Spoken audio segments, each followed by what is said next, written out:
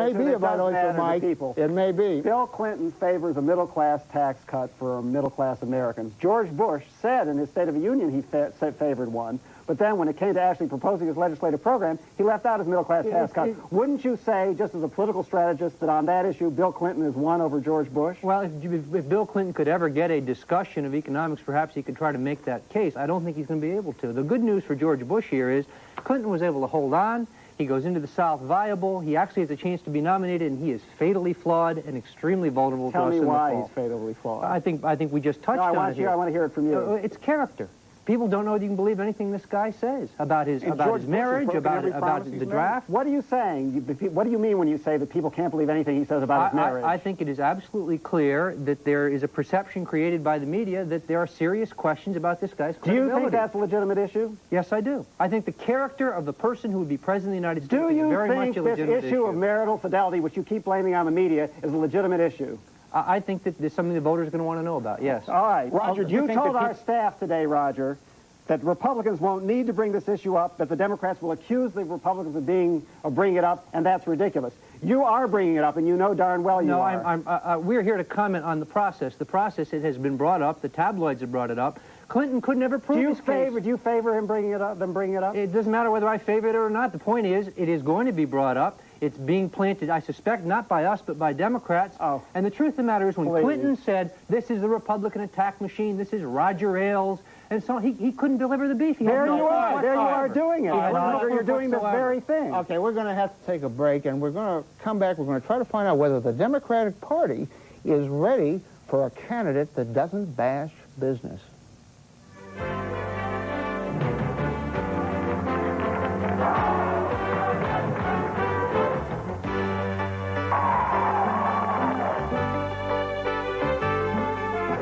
Welcome back to Crossfire. New Hampshire is over, and guess who's left in the Democratic presidential ballgame?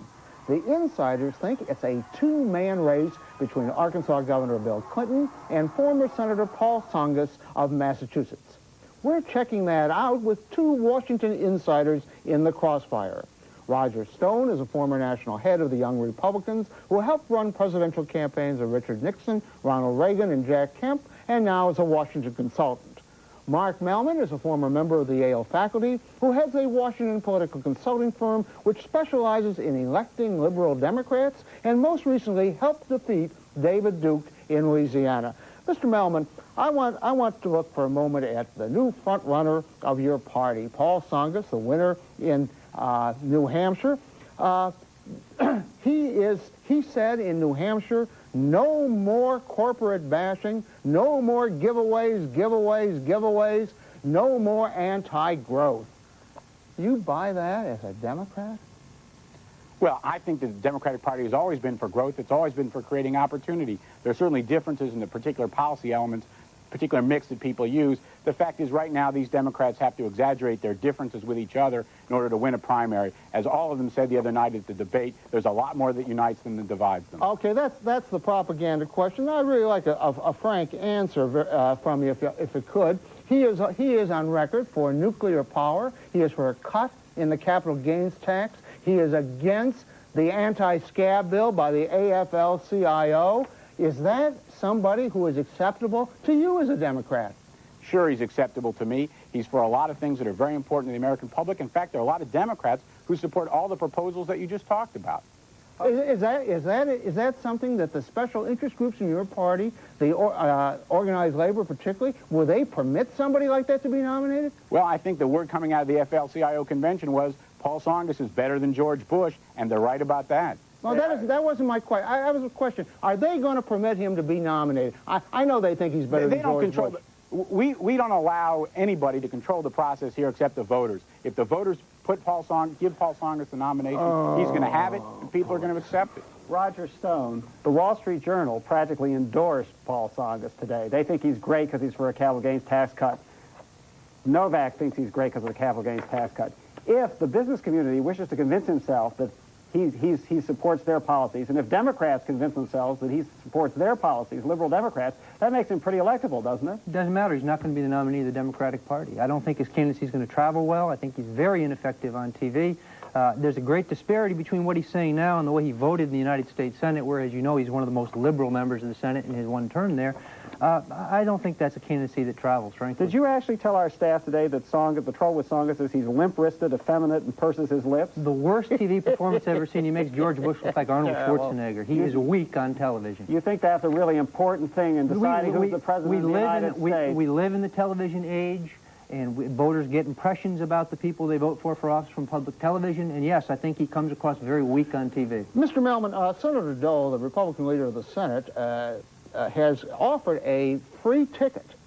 Have you seen that, Roger? He's offered a free ticket to Washington for Senator Tsongas to tell Democrats that they shouldn't be anti-growth, anti-business, and anti-class warfare. They should be anti-class warfare. What do you? I'm sorry, I got it wrong way there. What do you think of that, Mr. Melman? Would you think that'd be a good thing if you could get Senator Tsongas to lecture some of these demagogues in the Democratic cloakrooms on Capitol Hill? I think if we can get Senator Dole to vote for Tsongas for president, we're going to be in great shape. Well, no, I asked you a question. Don't you think he has something to teach the people in your party that bashing business isn't very smart? Look, people in our party have a lot to learn from each other. They learn from each other quite a bit. Nobody's out there bashing business for the sake of bashing business. That's an affectation. That's something that Do I you guys have understand you, invented. Roger, to say that if Paul Tsongas could get the Democratic nomination, you would find him a very attractive candidate because he's so pro-business? I said nothing. I understand the fact that he's now posing as a moderate, but I don't think, in essence, you can slip away from that record in the United States. I want to ask you something, Mr. Melman, that on this network, John White, a former national chairman of your party, said. I almost came out of my socks when I heard him say it. He said that as this process gets closer to the nomination, people are going to be asking whether or not Senator Tsongas has really recovered from cancer and whether that's a problem, whether you can elect a man with a record of cancer record. Do you think that becomes an issue if he becomes a possible nominee? I don't really think so. I think, look, he beat cancer. Maybe he can beat Bush. In fact, there's a lot of people today, unlike the situation 5 or 10 years ago, a lot of people today know folks who have recovered from cancer, gone on to lead long and productive lives. I think it's not a very serious issue anymore. Now, 10 years ago would have been. One of Mr. Kinsley's colleagues on the New Republic, Rick Hertzberg, wrote that all the media wants Bill Clinton to be elected president. In fact, all his reporters, and in fact, reporters do adore Bill Clinton. Why is it that the liberal reporters and the liberal media, Mr. Melman, so much prefer Clinton to Paul Tsongas? Is it perhaps that the Tsongas has a pro-business message which is antagonistic to them? I can't speak for media, liberal or conservative. The fact is we're going to see in the next couple of weeks just how appealing these two messages are to real live primary voters. What's more appealing to you, Mr. Melman? Sorry? What's more appealing to you As a consultant? Look, both of them are more appealing to me than George Bush by a long shot. Which of the two has a better shot against George Bush, in your opinion? The God-honest answer is whoever wins the primaries. We're going to see their strengths and weaknesses in the next couple of weeks, and the guy who wins is the guy who's going to be stronger against George Bush. Truth of the matter is the Democratic primary process is not going to nominate a moderate. Fritz Hollings can tell you that, John Glenn can tell you that, and Paul Tsongas is about to find out. They were all great candidates, right? No, I don't think the strongest of the two against Bush. Clinton. Do you think he's stronger than Tsongas? Sure, absolutely. So ideas don't count. No, I think ideas count, but he's not going to get nominated in their process. It's not possible. Then you're making a totally contradictory point just there. Why don't we take a break right now? Because when we come back, I want to talk to Roger Stone on this question of special interest in the Democratic Party.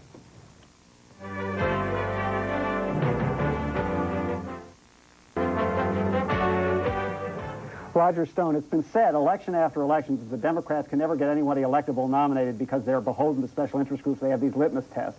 But in this election, you got the two leading candidates. Clinton is frankly pro-death penalty. Tsongas is frankly pro-nuclear power, two of those so-called special interest litmus tests. The Democrats have changed. On the other hand, the Republicans are stuck with the ultimate special interest litmus test, pro-life on abortion. Don't the Republicans have a worse problem with special interest now than the Democrats? No, I don't think so. I think, first of all, we're going to see how the Tsongas supposedly more moderate message does in the primaries. His success in New Hampshire is really based on residual name ID from his time as a senator and the collapse of Clinton. He was fixing to get beat until Clinton collapsed. How about just trying to answer my question? Isn't the Republican platform being stuck with an extreme anti-choice position going to hurt your party in November? I think it depends on what the Supreme Court does on Roe v. Wade. I also depends. You're hoping that they don't overturn it. I think it also. You're hoping they don't overturn it, even though it's in your party's platform that they I wanted personally to. view that would be a problem if they overturned it. Just for truth in labeling, Roger, you should say you're pro-choice. I am pro-choice. Okay, just to say it that And way. I should make the case that I think we need to see what the platform says in the final analysis. All right, before you Mr. judge how Melman, damaging it is. Mark Melman, I would really like you to give me an answer. Please give me your honest, genuine answer. Are these two fellas, Paul Tsongas and Bill Clinton, really the best your party can produce to run against George Bush? I think they're both great candidates. The best ought not to become the enemy of the good. The fact is they're both strong candidates. There have been a lot of strong people in the race this year. The fact is on the Republican side, the coalition between the country club and the pickup truck is falling apart. That's what we're seeing. I just want to follow. Wait a minute, Mark. Wait a minute, Mike. I want to follow that up. And you, even though you won't answer that question, I would like you to tell me: is there any possibility of somebody else getting in the race at this late date, like Benson, Dick Gephardt, Mario Cuomo, somebody? Still possible, very unlikely. Let me just go back to the special interest point for a second, because you guys, I think, are all missing the point that the American people see. We ask people in polls, when you talk about special interest, who are you talking about? They're not talking about labor. They're not talking about the NRA. They're talking about big business and the wealthy. That's who they think the special interests are, and that's who they think George Bush represents. Last question to Roger Stone. It's the same question that Bob asked Mark. Is George Bush truly, can you honestly say, look into that camera and say honestly, that in Roger Stone's heart, George Bush is the best candidate your party can produce to run against Clinton or Tsongas? Absolutely. I think he is the best candidate. I think he'll win. The best thing that happened to George Bush in New Hampshire is the fact that Clinton survived. Better than Jack Kemp, who you used to work for against George Bush. George Bush, the President of the United States, and right now he's the strongest candidate our party can nominate. There's no question about that.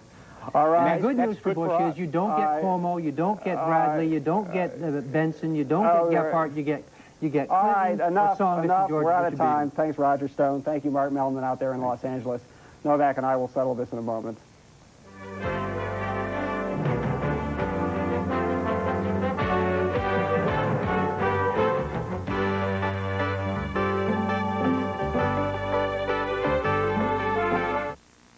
I feel constrained to say something that I think comes from somebody who isn't trying to promote any interest. Who's that, you? That's me. And that is this, that the Democrats are stuck with one candidate who is Bill Clinton, who is so terribly flawed. I can't imagine a rational party nominating him. And another candidate, Paul Tsongas, who doesn't represent what his party stands for, against an incumbent president who looks goofy on the campaign circuit and is falling like a rock. Anything can happen. That was your disinterested analysis, Yes. was it, Bob? Mm-hmm. Let me ask you something. In your heart, I suspect that if it was Tsongas versus Bush, you would vote for Tsongas. Well, I'd have to take a long look at it. But I think that Roger Stone has it right. I think that this party is so against the things that Paul Tsongas stands for and the special interest in the party, I don't think they'll let him be nominated. They're both excellent candidates, and as I said on election night, that's two more excellent candidates than the Republicans have.